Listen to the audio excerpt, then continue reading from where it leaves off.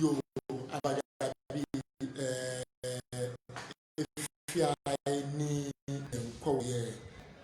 me life on Jenny GHTV no to bɛn ni wɔ hyɛ mɛ no kɛ wɔhyɛ apasoni ebla bi mi ne ekɛkyɔn wɔ me ni yɔ ni na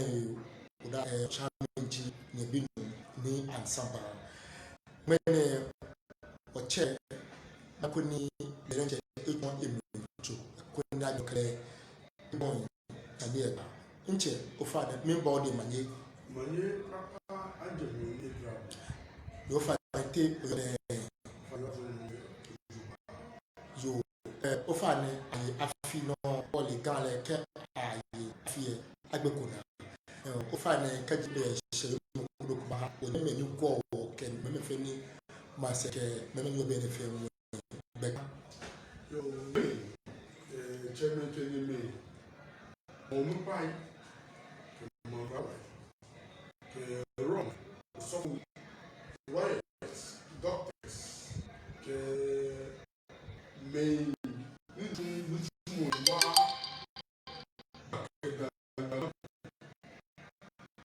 JBFP, je vais en faire. Mais il y a un film. Après, on va le monde et que on dit que j'ai une main. Et que on va tout du volume. Mais on caille au chemin. Et au chemin pi. Mais on dit couche. Et on Israël. Et on les filles. Et on les malais.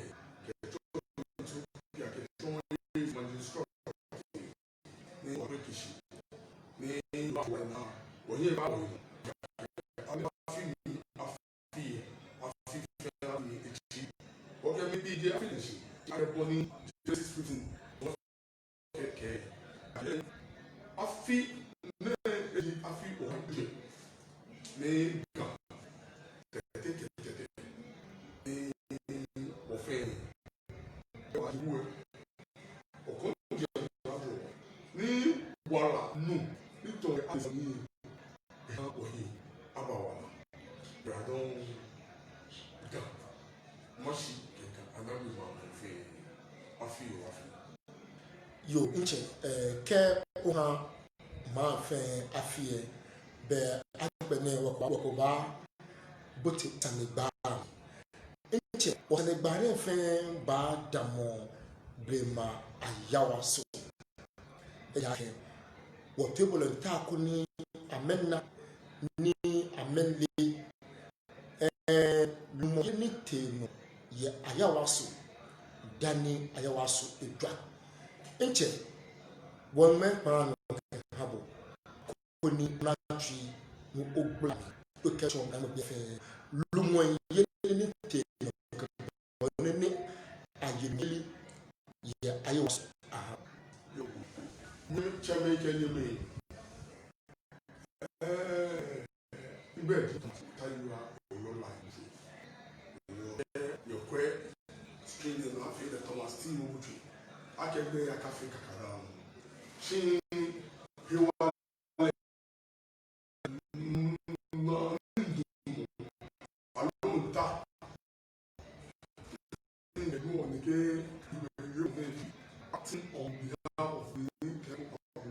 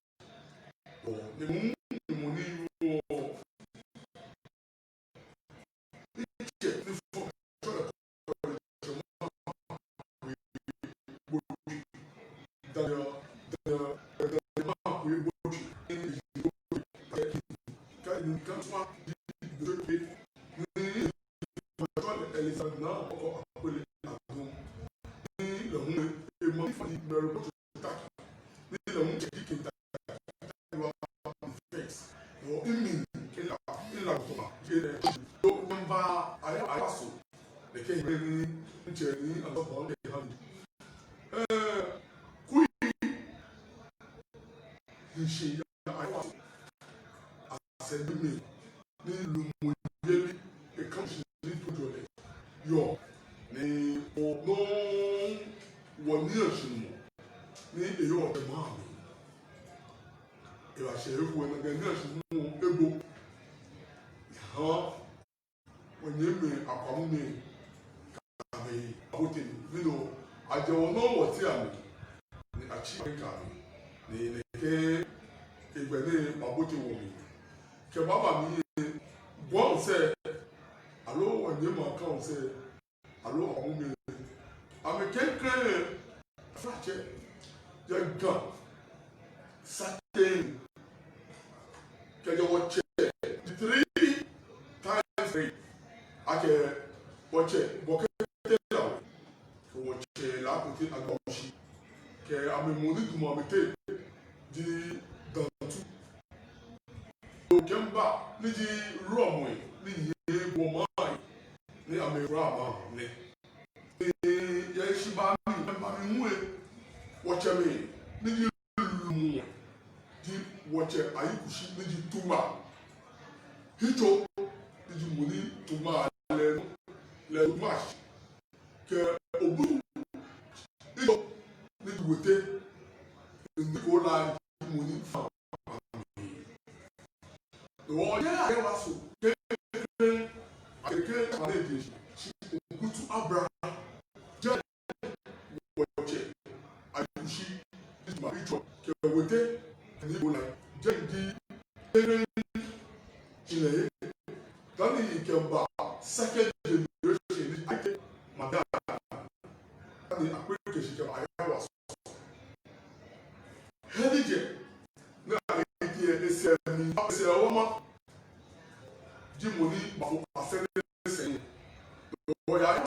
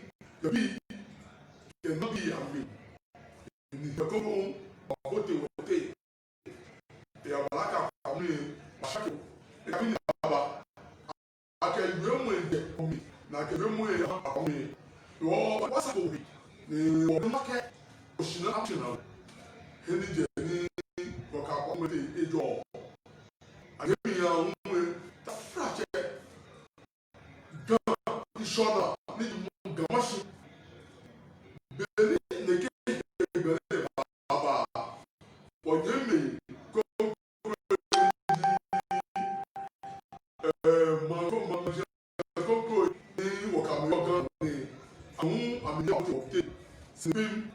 ke alami duro bi pampa bi ke sinibim bi ke account bi ke bon se ke ni ye heshiba bi ake boni ayo ogutu e nuchu moni kashi ni akene ke du mo ne atu ni kabeni ne ke hebane ake ato ayawaso dani na ayawaso e ti ewe ni eba nana aprekeshi ke ba kamashi ke mo ganda mi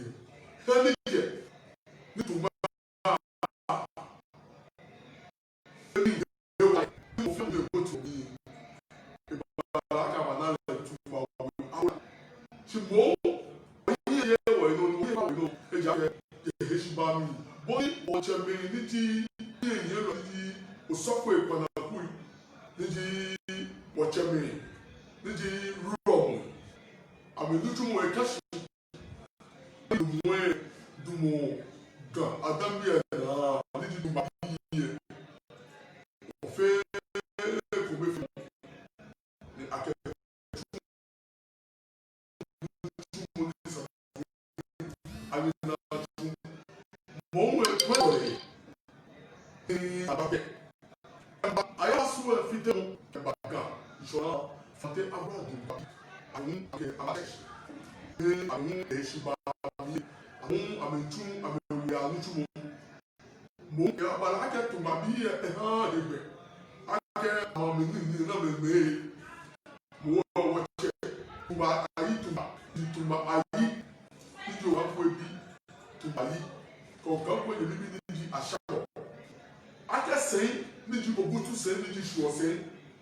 ke tumali ashawo ena ebe ke ala ni ya bara aka shi tuma mashino ke jari temi ni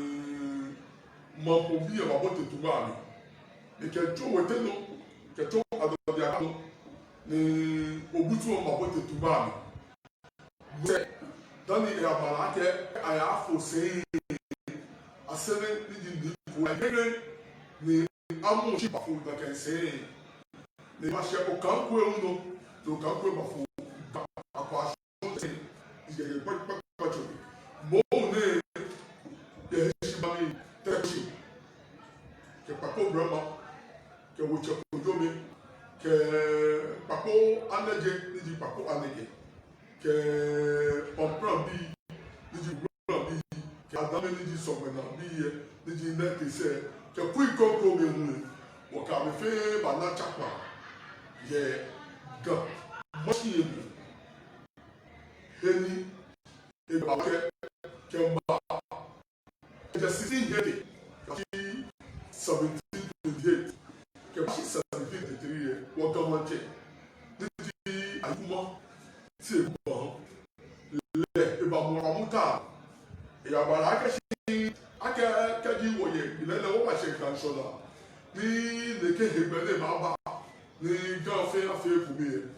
Yehishimami Jake ni abana abafa abate nansi edu ebadum abola patashi na ni ayi kuma de pon ni ana tuba bo abola mo la de pa ni di la te bo be la mu le badum la côté agbo se ni wote gbese mo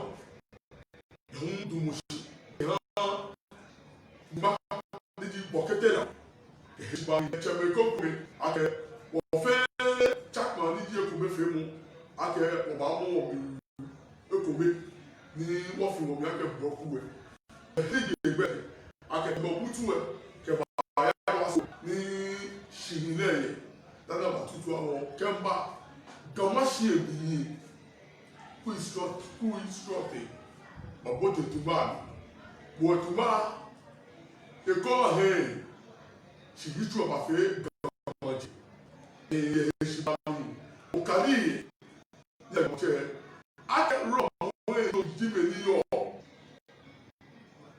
ishona be am a true mo mi do mo no ma ka kachi ato gamanche ya kusu fe na eta wo che me ekom shuo ni ta frache akagbuo kusuna dani aboto buru tumi ya numani ni akamusumena no boni gawashi ka cheche ya iso abamuna ke okadiko na okadi emreto ani oyino oke won sumoni beni brema kwa nacha ni jomo ke hijole ba ni fi owo no oke nke she jomo ba fi o ni iye yo nche olwa don akashin ona shi ni obula mi oke chonshi woye ete alo ni wa bi ko ni ona chi ni obula mi oke chonwo wo kenkre sani bi mo ji akashin kaji eba manche wo mo ke kusum ye brema ayi waso e o fa ne bonu wo yare bia ne ani naka no di edi ye awaso lo yo nche so boni ayawaso betia no to yo tani ma fite ike ba ishona hu best strate ba eba ina ka best strate e mi fio mi akashi oba nana kusum bi ketomo ni oba na akashi woye mreto ane woye abola patashi woye otubrohu woye nreshi alata woye akambaji woye asene woye akwashonche wɔyɛ ne di kpakpakyɛ wo wɔyɛ anagye we wɔyɛ ɔtwami laaye we ne di kuku yi ne fɛɛ kɛgya ayi wa so ɛkɛ ba mɔhyɛ mie yɛ hesi ba mi wɔkyɛ mi alo wɔnyɛ mi akwawu mi akɛ amɔ bakɔ mɔhyɛ kɛgya ayi wa so a ɔkɛ ba mɔhyɛ mie fɔ afi mɛ paa yabala akɛ ɛkɔ mɛ fɛ mu ne tɔta ne kunu yɛ ni ba abɛlɛ mi mehu ame nutumu na metu ato ame gbɛɛ nítorí akẹ amẹkẹ fẹ amayi tuma asese ní amẹkẹ tuma wẹ abọlá bí ati ni yanukale yẹ nínú ọba abato osi ẹhẹnẹ sẹ abatsake na ma fẹ lẹnu ẹdi gan sẹntsẹ yẹli kẹjá sẹntsẹ yẹli dani akọ asọntsẹ dani osami dani nsipi dani asapa dani akutsi atsẹmi bọni ìbáwọ bọni ayiwa sọ ẹka tsi kẹmba gamashi kẹmọ dada wuyẹ o fa ni abana gbẹ̀yìn kẹkui sọ̀rọ̀ yìí ọbẹ gamanjẹ okay oyi ìjọ akẹ gàdá wuyẹ fẹyẹ jẹ. okay ọbẹ bí a ní ọmọnọmi kẹtọn wọ akẹsí lomọye níní tẹnu yẹ brema ayiwa so ẹ ìtàmọ́nù ní akẹbàjọ́ mi. o fa ni ká bí ká. yoo ọfa ne n'ọnụ ji enyo wọchị ọkankwe egbo yẹ taa ni ejiye ọfa ne kemba ga nsọnaa te lumoyeli ẹwọn di ma nkyeyeli ẹwọn te agyesi tẹẹ yẹ nsọnaa ne nam ọhún abara yẹ nsọnaa. yoo ọfa ni bẹẹbẹni kyẹmẹ yọ mutu abraa. Nidi wɔkya ekusi kɛwɛtɛ kɛni kola solo bɔni maa kura mu kɛ maa de yɛ mu eka hyia beni abani di ɛni di ayawa so mu yɛ lɔn so bɔni gbɛdɛnu tó ɔmo maka mo hyia hyɛ bakpa fa ifi o ɔfa de jɛ wɔkya ekusi kɛwɛtɛ mi di beni amahyɛ kɛse yɛ ayawa so kɛdi ekola ne gbe ekomi ayi wo dafe si ayikusi yɛ ebi ayite lɛ 15 lɛ o ayawa so sisi ɛdakɛ wɔkyɛ ayikusi ne yi tuma kyɛ ebo 1483 kɛba ayite yɛ enyimiama lɛ ho ne ekɛ pɔnkis bi yɛ ba gbe pɔti yɛ ma na hyia mo ne yɛ hyibami akɛ yɛ hyibami wɔyi adi wɔyi no na wɔn yɛ aba akɛ hyɛ ayi ti yɛ na wɔn yɛ atwere sɛ ama yi mo yɛ 1576 to 1578 dan amuna ne ko lai sɛn ne di abafɛ la sɛne akɛ agamajɛ mbea bi ama ne di tuo lɛbafo sɛn lɔ solo bi abɔ solo hefia yɛ kɛhin lɛ solo bɔ ni sika mo yɛ ɔhɔ ne bàbá fa yi o ata wɔkyɛ ama ɔsi pa ne tu sɛ ɔfa ne jɛ ɔka wɛ ti mo wɔkyɛ mampɔn okan ɔwura mampɔn okan lɛ kɛtɛ nsɔnna sika nsɔnna bàbá fa yi fi o wɔkyɛ ɔwura okan ní èèfà ní àjà ní àmẹbí pàfẹ jí òkan kú yẹ bẹ́ẹ̀ kékeré ìbàbọ nàgbáyé nàmọ dání nàfàkyẹ ìbàbọ tètú mẹtẹ mi domi yẹ ẹsì báàmì wọkyẹ làákòtẹ àdó àwùsí wọkyẹ làákòtẹ àdó àwùsí òfààní ẹyẹ wọkyẹ. Bɔkɛtɛ la eye wɔkyɛ bɔkɛtɛ la wɔsi 1606 19th of April ní ìbára akẹ́kẹ́ àbáṣí 1610 wɔkyɛ olùdàmọ̀pọ̀ lẹ́hún eṣi kẹ́mbà ẹ̀yàn adọ́dẹ akábí bele keje 16 take ba be heliga ehishibami leke wo son wo ekun ke wo etiti mo ani abiyaka bi ani pa mo di ayawaso ko no ma je okankwe je oni yato ayawaso si ake epete echebe ke enye ni akuse kete ayawaso ni yehishibami leke na gba ewo yi no afrache keje gan keke gomo che keke ko mu jabeje ni ko kan ku e ke ba mu papa chewu se ni di gan akwa sonche ni ake be eke ni ko like ke ha pa mu ta ni di ke ta be heli de ba fu akwa sonche se o kan ku ba ye gamanche eye asene manche yo inche beke onye menko I'm live on the Jennings GH TV no bono bla sane ni eha won ta won na foniko alo won ta won yo no ko shishi ye bono obula omo mi koni ganangbe fe anna no ni poteni ete no inche ye shamen abibo akashi di abashona be même quelqu'un qui monini atu ehini to bino ogula akesi manche eta no koso no kaka ni bie ye tumbo ke no fia o fa no ko no hawo mo kekre ni akle jeni ne ka koso no eshi ye shika insona yo ekuku pa fodi agbabo sami onna ni shikamu oni o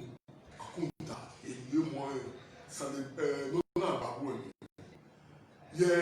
eshiba mi keje o na mo kan no ke ba ti ayi kuma ti eku bo no pa eshiba mi ma e kan shi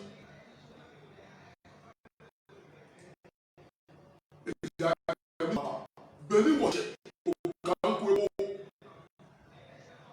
wɔne tu ne gya ale tu ne wɔ okanko yɛ ebi ne etu ese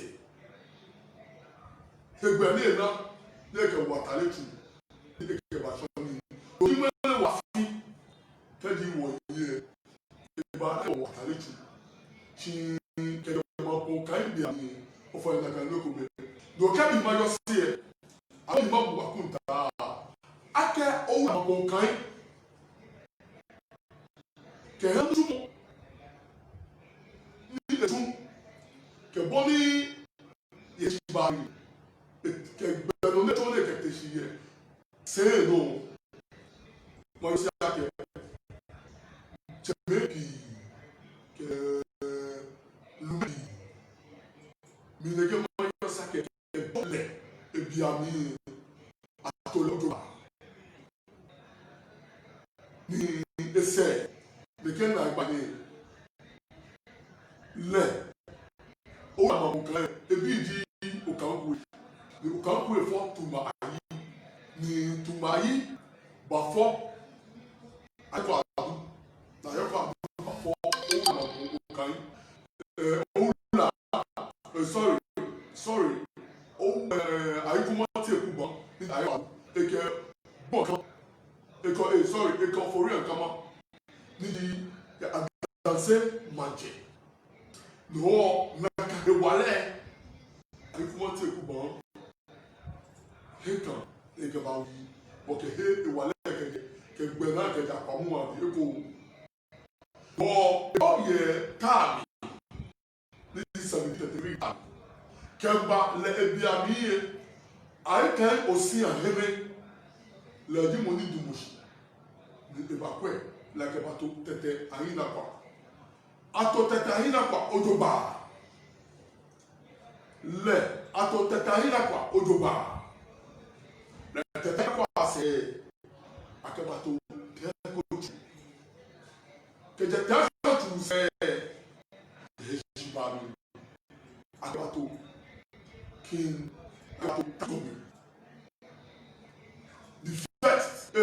1826 kete takito bese akeko kintakita you are the first 1826 ato eheli ojoba ni ato ojoba heli de diga ba ke ganda abo le kintakita you are do eba na igbe ni ebaji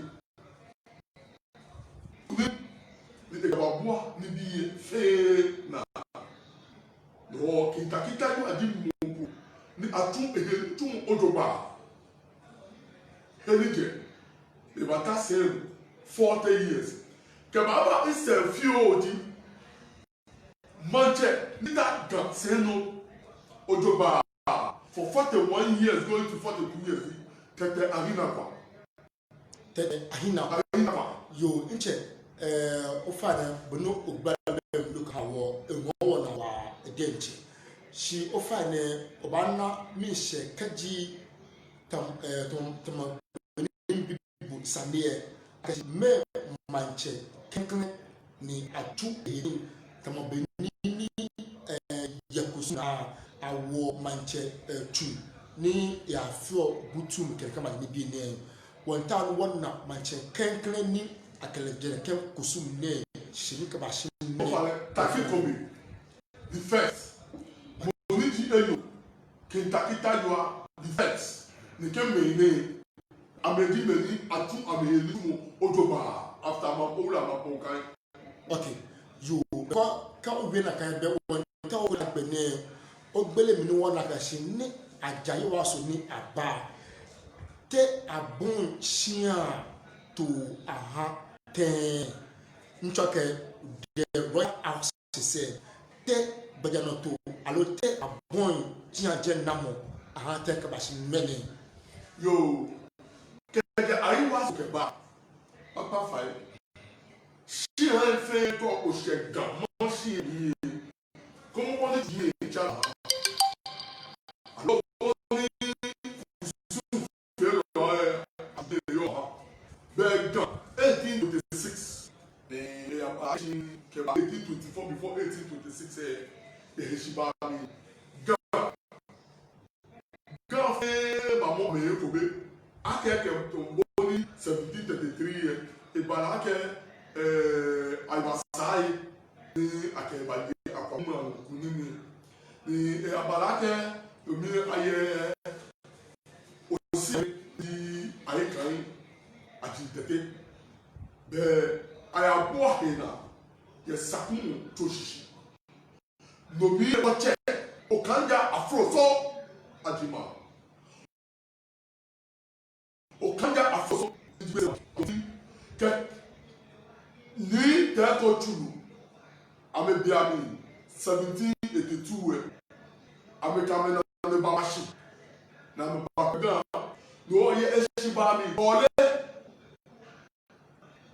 sakumo ke na ali ake wacheme ke je 1606 ke 1680 wache bokete la ke la ko ta do awushi ameshi okanja ni di gbese manje ke takotu ni di gamanje amebi amini ambatoto ni ke chemene ase ni bi ni enewo amebadaje fe deshiba mi no bi shia ni after ikuma de kuba ni abana ni the first ruling house bi tetayiwa mreto ana fele amugiwe tetaina kwa ebi momo eke ya ate ya boy do boni abugi sose dresse e manche eli e nakeke tetaina kwa e topami o tetaina kwa we do the first ruling house ni le tetaina kwa e ni fio di tagotu ni me fa wo choje tagotu we le o fa e ba fe second ruling house le tetaina kwa we 1739 ni wache ofuri kako eba fe rated after economy dame 1740 ni atole manche na first ruling house kemba 1782 ni abada second ruling house kamba 1826 after ni tẹ́kọ̀tù kọ̀ọ̀kan yá mi bàtò ní kéde bí n'efe ní kẹtàmánso tá a tẹ̀sí ní ìbà náà àyàbọ̀ àyìnà yẹn sakumotòsí ní yẹ̀hẹ́sìbà mi tọ́ndàgbà náà kẹ́ tẹ̀sí kùmí ayé tá a yìí domi yẹ làtẹ́ gbà nídi kẹ̀jẹ̀ làkòtẹ́ àdó àwọn tí tábọ̀ àmì kẹ̀ numọ̀ bọ̀tẹ́ bí yẹ numọ̀ àmì yẹ̀hẹ́sìbà mi domi wọ̀ ẹ̀ náà ndomi ewo yɛ gbɔbu neke mɛ yi ne dumu nani sakumo yɛ siba mɛ nana yi ba tu eyeli mi ni baba jɛnjɛ na ne bɛ ni bi taki yɛ after kata so ya nana yɛ ya mi ni ba se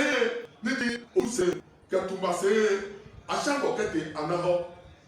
adanfɛ se ni lɛmu ofori bɛ kɔ ehani ebi ayi kuma se gbɔn. Bàtí lẹ́jọ̀ bàbá na kàmúta lọ́mú bàbá lọ́mú kẹtàyínà kàní lọ́mú èkẹ́tẹ̀ àdáná sẹ́yìn tẹ̀sán di fọ̀tẹ́wúrọ̀ nípa sẹ́yìn nílẹ̀ àyíkúmọ̀ ti mọ̀ ẹ̀ náà di àṣẹ̀dúà kẹjẹ fọ̀tẹ́wúrọ̀ nípa lọ́wọ́ lo ẹgbẹ́ yọ ní kẹ̀kẹ́ náà sí ẹ̀dú ẹ̀já èyí ẹ̀ sì tùmọ̀ sẹ́yìn ní ẹ̀ ajá abọ́là sẹ́yìn lọ́wọ́ náà sí ẹ̀dú ìjẹ̀lẹ̀ àṣẹ̀dúà dábàá mi lẹ máa kọ́ lẹ̀kẹ̀ sẹ́yìn lọ sẹ́yìn ní bá fẹ́ ẹnu mọ̀ akẹ́ abúlé sí àjẹ náà sí ẹnu rẹ̀ nígbà tí wọ́n tẹ́ kódà pàtàkì ṣe lẹ̀kẹ̀ sẹ́yìn ní di ẹnu mọ̀ di takí ní èrò ọ̀gá sẹ́yìn tún mi gbẹ̀tọ̀ àná yóò di àìtì ní kan sẹ́yìn gbẹ̀rù akẹ́ takí ó fà ní akẹ́bàwò tẹ̀tìkùmí ní ó fà ní akẹ́bùtù tune wo ba start kẹ̀kẹ́ jẹ́bi do ba fẹ́ tẹ́ dwelling house ó fà ní akẹ́ ayíte ayíkue òkàn ayẹ́lẹ̀ dédé kọ̀ọ̀kọ̀ yẹ bẹ̀rẹ̀kẹ́ bẹ́ẹ̀ ẹ̀pà ní tùmọ̀ bí yẹ no àbábẹ́ bí àmì wẹ̀ jẹ́ abúlà bí àmì abúlà di fàǹtẹ́ abúlà dùnkà bí yẹ. Ake ase edu ake tu machine le no mbẹtọ ale kẹ ayọkọ adu ne nyẹmẹdi epa ale ni eke ofori nkama eyi ni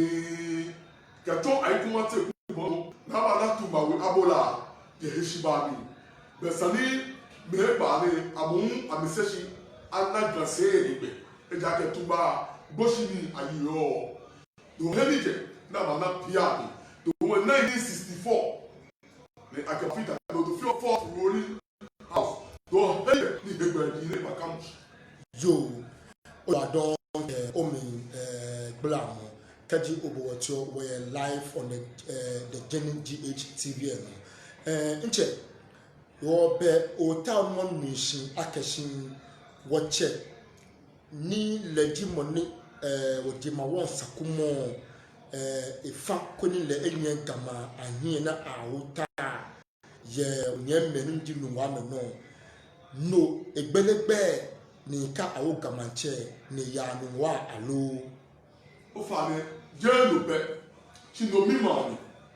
keke oni ma ga na me ka shi ha wo che bokete lawe ebia mi ne yo enye mi ba di la ko ti ba wo shi ni amepere di peshi do keke peshi di na keke bema ka ya ka shi aigbegbe o fa le bokete la le buo den fen ke ya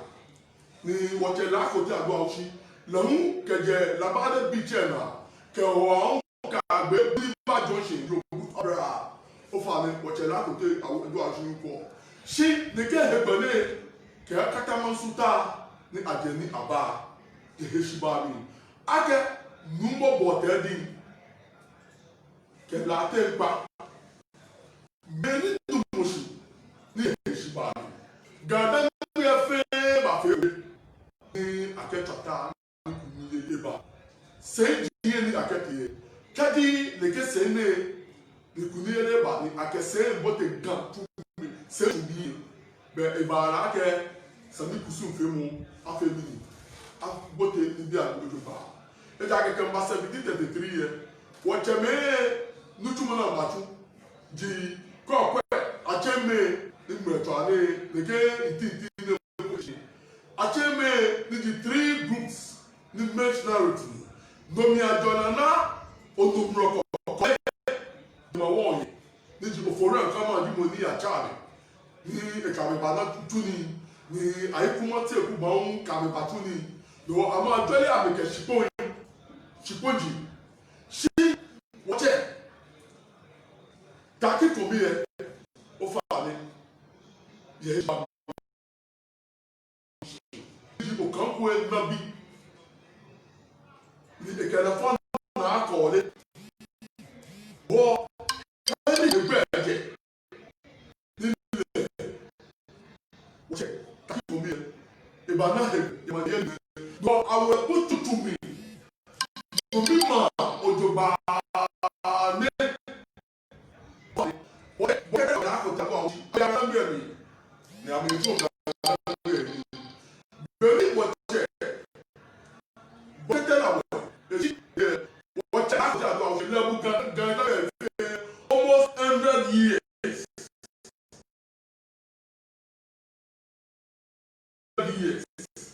Eba mi 60 years èsì mú mi.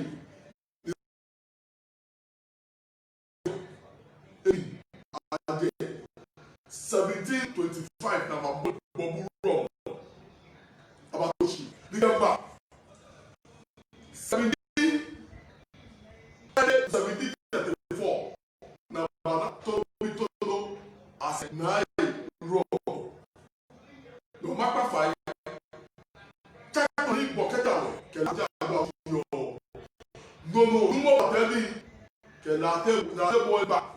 meri ba bon gutu e ha gamante mima o ba ye mo ni ba mo ke to le na ni interpreter wa the first e ja mi ni baba e this the to ni aba le he ni mo na ke ja se ni ji oju e no da je na ba se je to no fa le gan ke ga ya wa so ke ba shi gan mo shi emi bibi babon chake bashi wọ ní obi amẹ ní gbèrè màkà ló lọ́dọ̀ ní wọ́pẹ́ ó ní lọ́fẹ́ lọ́wọ́ àfihàn wọ̀nyí àwọn. So ota no wie no ma no min akashin kaji awo gamanche esani alo ye kusuna esa akashi eya bobu ni afi kusum dani eye mulo ó fa lè gé esa eya mami gbogbo gbogbo ní etun túmọ̀ kẹ atún àrẹ kẹ nítorí ní ti bóun tún mi nítorí kẹ lẹ́lẹ́ ẹgbẹ́ èdè ìyàkẹ́ èdè mọ̀nísà akẹ ẹ̀ta gàṣẹ́ nù ní ẹ̀dá ìwé ní èpótì ọ̀ àgbàtúfẹ́ àgbàtú mi ní gbogbo bí ilẹ̀ sàmì èṣìṣì kò ilé ẹ̀dá kẹ 99 gọ̀ọ̀sẹ̀ ó fà ní fẹ́ẹ́ ẹ̀yẹ gbọ̀bùkù mi gba tẹ̀tẹ̀tẹ̀ fà jẹ́rìí owó mu ṣì àgbáyé ṣòro ní kẹ́sì ní wọ̀ bírímà jáde lónìí wọn fi olóyè ọ̀rọ̀ mi. yo ẹ bẹ́ẹ̀ ó wie wie mọ́ fẹ́ẹ́ wọ́kẹ́ ohun ẹ̀yà mpii ó nà àgbẹ̀ wie mọ́ kẹ̀kẹ́ wọ́sẹ̀ kò ohun wọ́kẹ́ bẹ́ẹ̀ sábà chábì kókó ohun. Kẹ Ghana mẹbi ife mọ́pá fà yìí gàmànjẹ ẹ̀tẹ̀ ẹ̀ṣin ní lẹ́lẹ́njẹ ètò ọ̀yẹ́ máa jẹ ṣì gàpárọ̀ school dà sí ẹ̀ lẹ̀ ẹ̀kẹ́ náà náà ṣìràmù kẹ sàkúmù kẹ dàntú kẹ kọ̀ọ̀lẹ́ kẹ kàn kẹ ayẹ kẹ gbà ní àtún èhèlì mọ̀ ohun ẹ̀dá náà yẹ sùọ̀ ìnáà yẹ yìí kẹ̀dí náà bọ̀bú ní àtún bójú tómi akẹ lẹ́lẹ́ amú ẹ̀dútúmù fẹ́ẹ́ náà dání agbẹ̀dẹ akẹlẹ tó gàdá mi ẹkẹ ẹnyẹ ẹ̀dútúmù agbá ní tẹ̀mẹ́ ẹbí òkúrẹ́jì ní akẹjọ́ ọmọ kẹ̀kẹ́gbẹ̀ ẹ̀halẹ̀ akẹlẹ́lẹ́ ẹ̀yọ́ ẹ̀bọ̀tì àyẹ̀fì àyẹ̀ ní èyí ọmọ domi kẹtẹ kete minda watcha me ke do bo de na mato ne ke gbeje no to ne fe ake nutu ama abe ba shishi ne ke nutu ama ese mo ni gbe ba wo meni wo ni mo ba se ni wo gbe ba de wo me fe de ko be fi ni gan ke gan be ate o mo ni papa fa wo yi aka pa wo ke 1442 Elimina Castle, Kembobutu Castle, Kemba Chafo, Kete Grisenborg, Kete Tamao, Kemba Fe, the Kelly de Chamber Filmo, Namba Filmo, Nipe Kobe Filmo, Je, Kehan, Adambe. No affair of Fimomia or Miaka Broku, no one wanted to work with, Wakawaya Saliba, Wakawaya Nibiami, Minjalemo. Ni wa mu wo se ko ni gan na mi ko papa keke 1619 ke ba se 1620 ke na ke bi am ke ba se me be to ale wo e fo an le se do ka o ka le Genesis 15 mi man ake wo ni wo je pese ku minya wo je bi wo pe wo e fun mo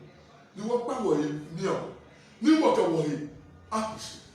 akẹ́sùn wò ní yòówù àgbòkè ọ̀wọ̀ ní òmòye afẹ́wọ̀ ló dáa ó pé ìtọ́rọ máa wú ike ha àgbà adámi fẹ́ akẹ́ gan adámi èjì afíìsì lọ́ wọ́n yọ sí akẹ́ tó ìjọlẹ̀ kẹ̀kẹ́ ìjọlẹ̀ afẹ́wọ̀ fẹ́ wọ̀ ní ìlẹ́sẹ̀ ní àbá afẹ́ yẹ ó fà ní mo wá kẹ́kọ̀ọ́ yìí. Mo go aka titi emi mo je kusu emu lo kusu lo politician say abeba wa bakinyana na make wo man dia cheme national ma fi o mole wo mo le ni wo yo mi ato local government ni affair declaration for no 1898 lọ gan adami wọ ní èrò ọ̀nà ìwọlé wọgbẹ ẹ̀kọ́ fún yorùbá ìka yóò wá pé èdè bọ̀rọ̀ máa ń wẹ̀ wọ́n fẹ́ ní ẹ̀kọ́ òbẹ́ fẹ́ mú afẹ́wọ̀ ní tra ní ọ̀yà afẹ́wọ̀ mú. yà olùwà dán wọ́n dá ọkọlẹ̀ ọ̀hún fẹ́ ṣe ọ̀kẹ́dùnmọ̀ ọjọ́ ọ̀nà fẹ́ mbẹ́jì àṣàbàmì nípò ẹ̀jẹ̀ ẹ̀wọ̀ náà ìwà dán.